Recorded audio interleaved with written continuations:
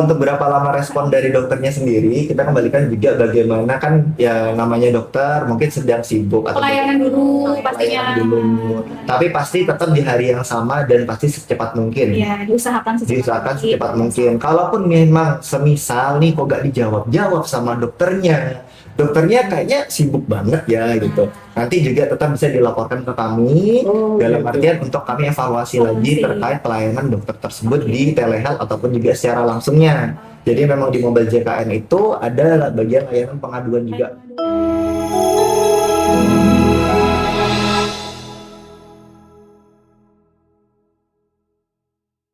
Assalamualaikum warahmatullahi wabarakatuh. Selamat siang, salam sejahtera untuk kita semua. Dan kembali lagi bersama kami di podcast Teras Bangsa.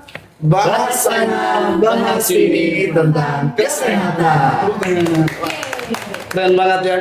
Hari ini kita kedatangan tamu yang sangat spesial dari BPJS Kesehatan dan kita akan banyak membahas banyak hal ya Kak Yuni ya. Kita akan bahas tentang pelayanan kesehatan nih Kak. Benar sekali. Sebelum kita bahas tentang pelayanan kesehatan, kita kenalan dulu dengan dua narasumber keren kita. Monggo Mas dan Mbak, kita persilahkan. Iya. Halo, perkenalkan, saya Nurul dari pelayanan peserta dan rekan saya. Halo, aku Alex dari bagian pengaduan rumah sakit. Jadi kalau misalnya memang ada sesuatu hal yang mungkin pelayanannya kurang nih di rumah sakit wilayah Bantul, Gunung Kidul dan Kota Yogyakarta, bisa sama aku. Wah, luar biasa. Tepuk tangan dulu. Keren banget ya. Kelihatan banget yang bersama kita adalah anak muda Kak Yunita. Ketika ngomong di depan kamera tuh kayaknya, wih, kayak keren banget itu. Makin nggak sabar untuk bahas topik siang ini ya Kak ya. Kayaknya pembahasan kita bakal lebih enak nih, karena memang kita didampingi bersama anak-anak muda. Gitu ya. Iya. Kak Yunita, ini kan kita akan membahas tentang dua topik yang sekarang tuh lagi booming dibicarakan. Salah satunya adalah daftar online lewat JKN Mobile sama telehealth nih, kita baru dengar. Nah mungkin banyak pemirsa, teman-teman bangsa di luar sana yang pengen tahu tentang dua hal itu. Benar sekali. Mbak Yun, kita mulai dari mana nih? Oke, kita mulai dulu dari pertanyaan yang pertama nih tentang pendaftaran online melalui JKN Mobile. Nah, ini kan peserta kita itu lumayan banyak ya. Betul. Per harinya tuh bisa sampai 250 sampai 300 pasien, Kak. Wow, banyak ya. Banyak banget ya. Banyak banget. Nah, akan lebih baik ketika pasien itu sudah tahu bagaimana cara mendaftar online biar nggak perlu antri lama kayak gitu. Kita bisa tanya dulu ke Mas dan Mbaknya untuk bagaimana cara mendaftar online melalui aplikasi JKN Mobile ini dan keuntungannya apa sih kalau daftar lewat JKN Mobile kayak gitu. Benar sekali. Mau siapa dulu yang mau Oke, jawab? boleh dari menurut dulu? Oke. Oh, iya. Kan lebih masnya ya, mungkin masnya dulu nih. Oke, karena kan memang kalau dari aku sendiri juga sering banget untuk ketemu dengan pasien, juga sering juga menjelaskan tentang yang namanya pendaftaran online. Oke. Jadi kalau untuk di Mobile JKN sendiri, pendaftaran online itu bisa ada 3 ya. Jadi kalau misalnya pencet antrian online nih, itu ada 3. Yang pertama bisa untuk ke kantor cabang. Oke. Jadi misal mungkin butuh ke kantor cabang BPJS Kesehatan itu bisa. Terus yang kedua itu bisa ke Vaskes pertama dan juga Vaskes rujukan tingkat lanjut ataupun juga rumah sakit gitu. Jadi kalau misalnya nanti sudah mencari nih, terutama kan untuk kita saat ini kan ada di Vaskes pertama. Jadi kalau misalnya sudah ngambil, nanti bisa disebutkan juga untuk keluhannya apa saja. Terus juga nanti disesuaikan dengan jadwal dokternya juga. Oke. Kalau memang sudah, nanti ketika sudah terambil nomornya, dan nanti tinggal daftar sesuai dengan jamnya. So, tinggal data sesuai jamnya. Betul. Oke. Tentunya harus konfirmasi dulu di bagian pendaftaran ya. Ya, jadi nggak langsung nyolong masuk ke dokternya ya. Langsung ke polis saya ada tensi ya, soalnya enggak ya. Iya. Konfirmasi dulu. Oke, jadi keuntungannya adalah tidak perlu ambil antrian langsung ke puskesmas, jadi langsung ambil antriannya di aplikasinya itu. Betul. Dan tinggal konfirmasi ke petugas pendaftaran. Iya, dan juga kan kalau di Mobile JKN itu, semisal memang sudah ambil antrian, di Iya. situ juga ada estimasi waktunya. Oh, Jadi semisal nih di sini ternyata sudah ada 3 pasien, dan ketika kita ambil di dalam Mobile JKN-nya itu kan nanti menjadi nomor 4.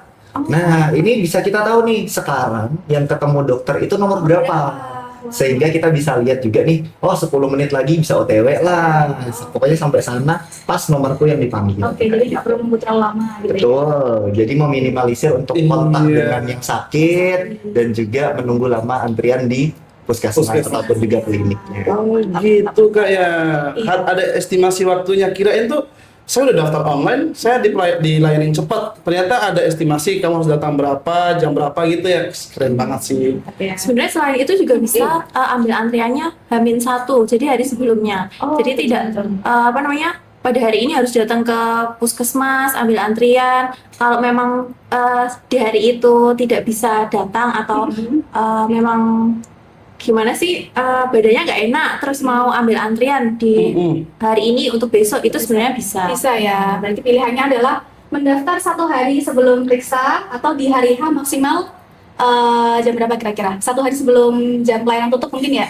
Ya, 1 jam maaf. 1 jam sebelum pelayanan tutup. Jadi tetap sesuai dengan jadwalnya ya. Jadi nggak tiba-tiba nih dokternya udah mau ini kan udah mau pulang, tiba-tiba dok. Udah sering terjadi ya. Iya, tapi nggak apa-apa ya, nanti kita sesuaikan juga pastinya. Oh gitu ya. Oke. Tapi kalau misalnya dia telat banget nih, udah sampai di luar jam pelayanan dan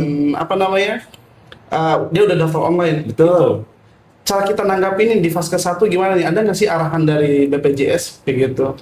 Ya kalau misalnya dari kita untuk edukasi dengan peserta ya, apa juga apalagi pasien yang mungkin lagi sakit ya harusnya memang datang sesuai jadwal dokternya, juga jadwal pelayanannya.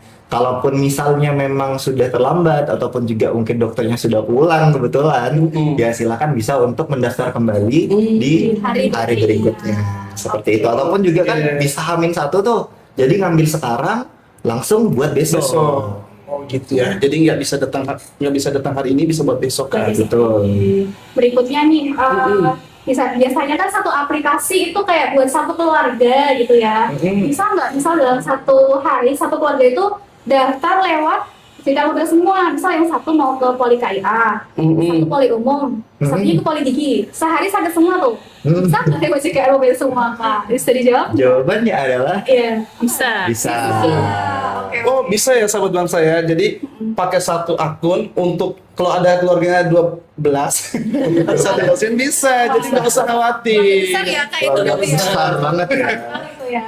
Itu bisa. Bisa. Enak ya. Berarti nggak perlu pakai HP berapa jumlah keluarga itu. Oh. Jadi kalau untuk mobile JKN sendiri, jadi memang untuk satu NIK, katakanlah nih aku ada keluarga bapak, ibu, terus aku sendiri, satu kakak itu ada 5 orang, katakanlah seperti itu. Nah, jadi satu mobile JKN ketika aku login pakai NIK tuh, itu bisa mengakses untuk satu keluarga semuanya. Nah, dan untuk satu HP nih ya, untuk sobat bangsa nih, untuk satu HP itu bisa aktif 3 NIK. Oh, jadi misal keluargaku, terus mungkin ada tetangga yang nggak punya HP nih, mau dibantu pakai pakai HP ku, gitu bisa. Oh, bisa. Kayak gitu. Dan kalau misalnya juga mungkin Pak D-nya itu juga bisa. Jadi nanti satu NIK itu bisa mengakses seluruh keluarga dan juga maksimal untuk dalam satu HP itu ada 3 NIK. Maaf itu berarti dalam satu akun yang sama? Atau Dalam satu aplikasi yang sama. satu aplikasi yang Satu sama? aplikasi yang sama, satu akun bisa akses satu keluarga, dan satu aplikasi itu bisa untuk 3 NIK atau 3 akun. Tanpa harus log Iya, tetap harus login. login dulu ya tentunya. Iya. Oke. Terus ini pertanyaan Kita yang lanjut. sih. Kalau semisal kan kadang-kadang tuh ada yang seperti ini, satu kakak, tapi yang muncul di aplikasi cuma 2 anggota keluarga. Betul. Ada satu yang, loh saya satu kakak tapi ada anak saya yang nggak masuk aplikasi. Itu solusinya gimana biar bisa mendaftarkan anaknya biar masuk aplikasi? Banyak banget kasusnya seperti Iya. itu. Pasti kebanyakan kalau kayak gitu pesertaannya adalah bantuan pemerintah. Iya. Jadi biasanya penerima bantuan iuran ataupun PBIJK ataupun juga APBD ya. Jadi kita harus lihat lagi nih segmennya sebenarnya dari apa. Kalau sesama dari pemerintah, pemerintah itu kan ada 2, ada yang dari pemerintah pusat dan ada yang dari pemerintah daerah. Nah, ini kalau ternyata segmennya sama-sama dari pemerintah pusat, nanti itu bisa digabungkan jadi satu. Jadi satu. Walaupun sama-sama pemerintah daerah itu juga bisa digabungkan jadi satu. Tapi kalau ternyata segmennya dalam satu kakak itu berbeda, ada yang terdaftar sebagai peserta dari penerima pusat, dari pemerintah daerah, ya itu tidak bisa digabungkan jadi satu. Oke. Jadi tetap harus login sendiri-sendiri. Termasuk kalau misal dapat BPJS dari kantor gitu ya, kalau sebagai betul. pegawai swasta Iya. itu bisa jadi terpisah juga ya nanti. Iya, jadi tetap harus dilihat segmennya dan siapa yang membayarkan iurannya. Oh gitu. Segmen kepesertaan yang menentukan. Oke Kak, ih banyak banget ya. dan tercerahkan sih sepertinya ya. Iya. Enak banget penyampaiannya tuh lancar, jelas gitu. Harusnya semua masyarakat atau sahabat bangsa tahu semua sih informasi ini. Kak Yun, ada pertanyaan lagi nih. Oh, apa tuh Kak? Kan yang ikut jadi peserta BPJS ini bukan generasi kita ya, milenial, Gen Z. Nggak hanya gitu kan. milenial. Iya, gitu kan. Tapi ada juga yang lansia dan lain-lain gitu. Iya, Kayak gitu. masih banyak yang merasa kok susah sih mengakses mobile JKN itu. Ada nggak sih saran untuk generasi tersebut biar mereka pakai mobile JKN? Oke, kalau dari aku sendiri yang memang ketemunya di rumah sakit, Oh, iya. kan kadang ada tuh yang namanya pasien macem-macem ya. Ada yang mungkin sudah senior, kita ngomongnya senior ya. Iya. Sudah senior. Tapi dia masih bisa akses nih Oke. untuk HP-nya ataupun juga untuk Android-nya nih, ataupun juga iPhone-nya mungkin ya. Tapi kalau untuk yang memang benar-benar kesusahan, mungkin juga bisa dibantu oleh keluarga yang lain. Seperti itu. Ya itu tadi. Jadi kita juga memudahkan bahwa memang misalnya nih untuk bapak ibuku sendiri, gak usah jauh-jauh. Dari bapak ibuku sendiri itu gak pakai smartphone. Kayak gitu ya. Jadi bagaimana caranya mereka untuk mendaftar ke Vaskes, bisa aku bantu dari sini. Oke, Seperti dibantu itu. keluarga yang lain. Jadi aku bantu dari sini, aku bantu daftarkan. Nanti mereka di rumah tinggal konfirmasi ke Vaskesnya. Wah, Solutif sekali ya. iya, nggak kepikiran ya, maksudnya tinggal minta tolong aja ke anaknya walaupun dari jauh bisa menggunakan handphone gitu ya. Iya. Jadi ibu bapaknya tinggal minta tolong dong daftarin di puskesmas ini gitu kan. Benar sekali tuh. Gitu ya, sahabat bangsa semua, kalau ada yang tidak melek melek Teknologi. teknologi, aku lupa. Atau tidak bisa menggunakan handphone atau tidak bisa mengakses JKN Mobile, Bisa minta bisa tolong minta ke tolong. kawan-kawannya. Benar. Atau tetangga juga bisa. Tetangga juga bisa. Tetangga bisa. Yang penting nanti dalam satu HP itu maksimal 3 Tiga indikator. NIK tadi Tiga ya. aja. Oke, kita sudah selesai membahas tentang pendaftaran online via JKN Mobile Nikah. Sekarang kita akan bahas tentang program yang baru nih. Fitur ya, lebih Fitur, tepatnya betul. Fitur yang baru di JKN Mobile yaitu telehealth ya. Iya. Mungkin Itu baru- pasien kita masih banyak yang asing ya Mas. Minta tolong dijelaskan dong telehealth itu apa, terus Launchingnya bagaimana cara kapan? menggunakannya Gitu. telehealth itu. Bener. Ya, silahkan. Oke. Siapa dulu? Gimana? Sebenarnya lebih menguasai masalah. Oke, siap. gitu. Oke, baik. Jadi kita ngomongin tentang yang namanya telehealth ya tadi. Iya. Telehealth. Oke, jadi kalau misalnya nih untuk sobat bangsa, sahabat apa tadi? Iya, sahabat bangsa. Kita ulang dikit. Oke, jadi kita ngomongin tentang telehealth ya untuk sobat bangsa ataupun juga sahabat bangsa nih yang mungkin sedang mendengarkan kita sekarang. Iya. Jadi semisal kamu udah login, sudah masuk ke dalam akunnya mobile JKN, jadi gemboknya itu udah kebuka semua nih di aplikasi. Sudah terverifikasi. Sudah terverifikasi ya, betul ya. Nanti ada fitur namanya telehealth yang dimana juga logonya berbeda sendiri. Jadi memang itu salah satu fitur unggulan dari mobile JKN. Mobile JKN. Yang mana fungsinya, jadi semisal mungkin hari ini lagi sakit banget, gak bisa ketemu dengan dokter ataupun bahkan jalan aja pusing kayak gitu, itu bisa konsultasi terlebih dahulu melalui telehealth. Dan jadi nanti chatan sama dokternya itu dari aplikasi mobile JKN aja. Nanti bisa jadi kalau misalnya nih buka telehealth, nanti di situ misalnya di puskesmas Bangun Tapan 1 itu ada 2 dokter nih, ada dokter umum sama dokter giginya.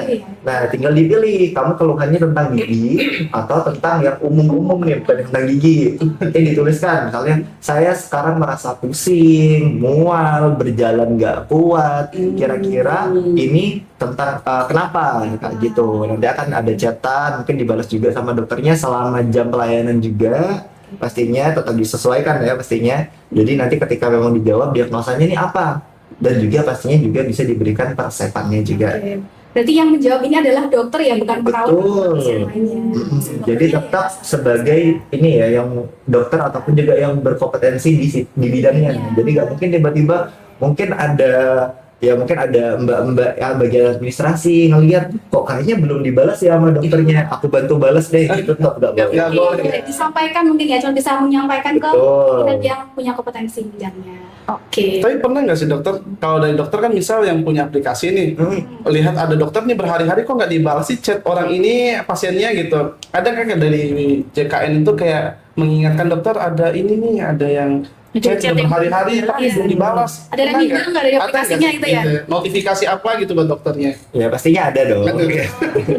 Kalau tiba-tiba di ghosting kan, namanya di ghosting kan gak enak ya. Apalagi aduh lagi pusing nih gitu, tiba-tiba di ghosting kan makin Sama pusing Makin gitu. pusing. Tapi pastinya ada. Jadi untuk remindernya bagi dokter tetap menjawab di jam pelayanannya juga. Jadi memang sebisa mungkin juga dari dokternya untuk kesadaran juga mengecek, dan juga mungkin dari pasiennya juga kalau memang belum dibalas silakan bisa ngecek lagi gak apa-apa. Oke, berarti kalau misalnya saya sebagai Gen Z yang gampang overthinking misal, malam, aduh saya sering pusing, jangan-jangan saya sakit ini, saya pengen langsung konsul, Chatnya malah itu juga gitu. kok dokternya nggak respon karena harus direspon di jam Jam pelayanan. pelayanan. Seperti itu ya Oh, menurut saya. iya. Tapi tetap ya nggak boleh tanya chat GPT, itu nggak boleh ya. Di copy paste gitu ya. Jadi daripada tanya AI ya kan, mending tanya di telehealth di BCAM. Apa-apa. Iya, terus dokter langsung kan ya. Oke, Iya, Kak apalagi Yunita sih. kayaknya banyak banget ya telehealth ini ya. Tapi seru banget sih. Oke, Yang berikutnya nih, kira-kira apakah semua penyakit itu bisa kita konsulkan melalui telehealth ya Kak? Apakah ya ada ketentuan kategori tertentu penyakitnya gitu? Kalau semuanya bisa, jadi kan memang telehealth itu diutamakan sebenarnya ya untuk konsultasi awal. Konsultasi awal aja ya? Itu konsultasi awal, semisal mungkin ada mungkin cacar atau mungkin bercak-bercak kayak Bercak bercak. ataupun ada bercak-bercak ataupun juga yang mungkin ada sesuatu hal yang memang butuh dikonsultasikan, silahkan bisa disampaikan di situ dulu. Telehealth dulu. Tapi kalau memang dari dokternya menyarankan untuk tetap datang secara langsung karena memang sepertinya butuh penanganan lebih lanjut, ya tetap datang sini. Oke. Oh gitu ya. Tapi kalau misalnya dokter kita udah konsultasi dan lain-lain, pastinya kan orang yang dia ada apa namanya sakit butuh doa obat. Boleh nggak sih minta resep di telehealth? Iya benar Iya. telehealth. Betul, Boleh telehealth, nggak sih? iya. Boleh, pasti kan akan diberikan resep dari dokternya. Nanti bagaimana cara menebus obatnya, nanti silakan bisa datang langsung ya Mas. Betul. Oh jadi dari dokter itu FKTP-nya. bikin dulu resep itu, tapi tetap harus datang ke vaskesnya ya. Iya. Menebus obat. Menebus obatnya. Oh. Oke, ada pertanyaan nih. Kalau semisal nih udah masuk di telehealth, terus udah dapet resepnya, saya maunya nembus di apotek yang 24 jam itu gitu. Bisa nggak ya Kak? Iya, tapi sebenarnya bisa. Sebenarnya bisa karena kan memang untuk persepannya juga sama sebenarnya. Cuman kan memang untuk beberapa obat pastinya butuh konsultasi dokter lebih lanjut. Ya, jadi kalau misalnya memang dia terutama kalau untuk di apotek yang mungkin di luar dari vaskes terdaftarnya, itu kan memang belum bisa diklaim kepada BPJS Kesehatan.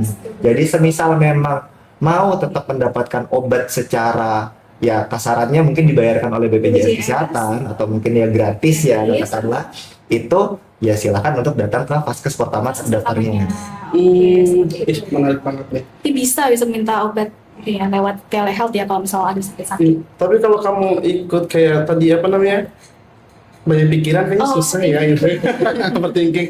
Tapi ini Mbak Nurul, ya benar ya. Mbak. Kita kan ceritanya kita udah ini nih udah konsultasi sama dokter. Tapi kayaknya nggak nemu titik sesuai dengan apa yang kita mau dari jawaban dokternya. Itu kira-kira kalau kita mau periksa lanjutan, enaknya gimana ya setelah di telehealth itu? Enaknya langsung datang langsung aja sih. Menggunakan aplikasi itu ya? Daftar online dulu. Daftar online dulu. Daftar online, kemudian apa namanya langsung kita datang ke FKTP terdaftarnya. Berarti meluruskan dulu ya Kak, alurnya adalah ketika sudah konsultasi online di telehealth JKN Mobile, kemudian Ternyata dari dokter kok masih kurang cocok, kurang cocok atau dari dokter mengarahkan untuk datang langsung, berarti daftar online dulu, JKN Mobile ambil antrian online dulu, online dulu. pilih FKTP pertama, Iya. terus tinggal datang ke masing-masing. FKTP. Oke. Gitu ya sahabat bangsa semua. Tapi ada yang lebih penting lagi nih, Apa tuh, Kak? Mas Alex dan Mbak Nurul. Ini apa namanya soal kalau kita banyak hilang data gitu kan secara online gitu. Apakah data dari peserta BPJS yang menggunakan telehealth ini aman atau enggak sih gitu? Karena memang kita informasi tentang kesehatannya dia, tentang keluh kesahnya dia kan ada semua di situ ya. Medis ya, rekam medis pasien. Rekam medis pasien. Apakah itu nanti aman? Karena memang kan kita belum bisa memastikan nih. Apalagi pasien kita belum bisa memastikan apakah data kami curhatan kami itu dibaca sama orang gitu kan. Kami pengennya cuma Baca sama dokternya. orang gitu. Aman nggak sih kira-kira? Kalau dari mobile JKN sendiri kan memang untuk loginnya tetap menggunakan NIK pribadi, terus juga passwordnya juga dibuat sendiri. Ya. Apalagi kan memang sekarang banyak tuh yang mungkin cybercrime yang mungkin di-hack lah kayak gini. Ya pokoknya bisa dibuat password yang memang seingatnya dan memang menjadi personal ya. Jadi kalau misalnya ada orang nanya nih, password mobile JKN-nya apa? Kalau bisa jangan diberikan ya, karena memang itu tetap menjadi personal. Terus apakah kalau memang sudah login di mobile JKN, terus aku ada melakukan telehealth nih dengan dokter aku, apakah nanti menjadi berbahaya atau mungkin bisa dibaca orang lain? Pada nyatanya enggak. Tidak ya. Jadi aku bisa jawab tidak, karena ketika memang baru memencet telehealth sendiri, nanti akan ada konfirmasi bahwa pelayanan ini adalah pelayanan yang aman dan juga datanya tetap sebagai data medis yang memang dari dokternya yang bertanggung jawab juga. Super sekali. Keren banget ya. Kali ini ya. Berarti Dong yang buat ini siapa ya? Kayak benar-benar yang memikirkan semua hal gitu ya, dari segi privasi dan lain-lain gitu ya. Keren banget. Mungkin Ini Mas, apa namanya? Kalau untuk hak-hak peserta JKN itu juga mendapatkan perlindungan data pribadi. Jadi dari BPJS Kesehatan itu pasti akan melindungi data-data pribadi dari pasien atau peserta JKN. Oke, nih contohnya ya, mungkin kalau misalnya kelihatan nanti boleh ditampilkan nih. Nanti kalau ditampilkan di sini ya. Nanti kalau misalnya sudah mencet telehealth, nanti ada konfirmasi. Perhatian diharapkan melakukan konsultasi sesuai dengan keadaan sesungguhnya dan kerahasiaan data akan dijamin oleh BPJS. Baru pencet lanjut di situ. Nanti tinggal pilih dokter. apa sih, anak muda sekarang tuh end to end ya gitu ya. Jadi chat di sini nyampainya cuma di sana doang, nggak nyampe kemana-mana gitu ya. End to end chat gitu kan. Iya. itu ya maksudnya ya. Iya maksudnya. Paham aku. Sorry ya, beda zaman ya kita. Iya, ada pertanyaan nih. Kira-kira kalau misalnya kita udah nyebar konsul lewat health itu, berapa lama sih respon idealnya dari tenaga kesehatan gitu? Soalnya kita sendiri kan baru mau mulai lagi untuk mengaktifkan telehealth ya Kak. Kira-kira responnya idealnya berapa menit untuk respon tunggu dari pasiennya? Bisa dijawab? agak susah ya. Untuk direspon kita gimana nih? Kayak chat ulang lagi atau tunggu atau Untuk berapa lama respon dari dokternya sendiri, kita kembalikan juga bagaimana kan ya namanya dokter mungkin sedang sibuk atau pelayanan dulu pastinya. pelayanan dulu. Tapi pasti tetap di hari yang sama dan pasti secepat mungkin. Ya, diusahakan Secepat mungkin. Kalaupun memang semisal nih kok gak dijawab sama dokternya kayaknya sibuk banget ya gitu. Nanti juga tetap bisa dilaporkan ke kami dalam artian untuk kami evaluasi lagi terkait pelayanan dokter tersebut di telehealth ataupun juga secara langsungnya. Jadi memang di mobile JKN itu ada bagian layanan pengaduan juga. Pokoknya nih buat pasien ataupun juga peserta BPJS Kesehatan ataupun juga peserta JKN yang memang ada kendala, pokoknya mobile JKN itu adalah aplikasi super ya, yang memang di situ bisa untuk administrasi, pengaduan, pelayanan, pendaftaran, dan juga pastinya untuk yang utama adalah telehealth itu tadi untuk mempermudah dari peserta untuk datang ataupun juga bisa tahu nih penyakit apa saja yang sedang diterima, yang sedang dialami ya. Ataupun juga bisa mendapatkan obat dengan gampang lah istilahnya. Jadi pengaduan layanan ini bukan untuk menyalahkan vaskesnya, tapi Betul. untuk menjembatani kebutuhan pasien dengan yang diperlukan dari FKTP tersebut. Betul, karena kan juga namanya dokter ataupun juga petugas kesehatan ataupun juga pelayanan kesehatan yang adalah manusia ya. Dan kerjanya tinggi juga nih. Beban kerjanya juga tinggi ya. Jadi misal memang ada sesuatu hal yang mungkin dikonsulkan tapi kok gak dijawab-jawab, silahkan diadukan saja agar jadi pantauan kami juga dari BPJS Kesehatan. Dan kalau memang dirasa sakitnya kok keberlanjutan tapi belum ada jawaban, silahkan datang langsung juga, tidak apa-apa. Ya, tidak masalah ya, datang langsung ya. Betul. Oke, luar biasa Mas Rizky. Keren banget ya. Keren banget sih. Itu idenya pasti anak muda sih menurut aku. Kayak orang oke, kita lanjut.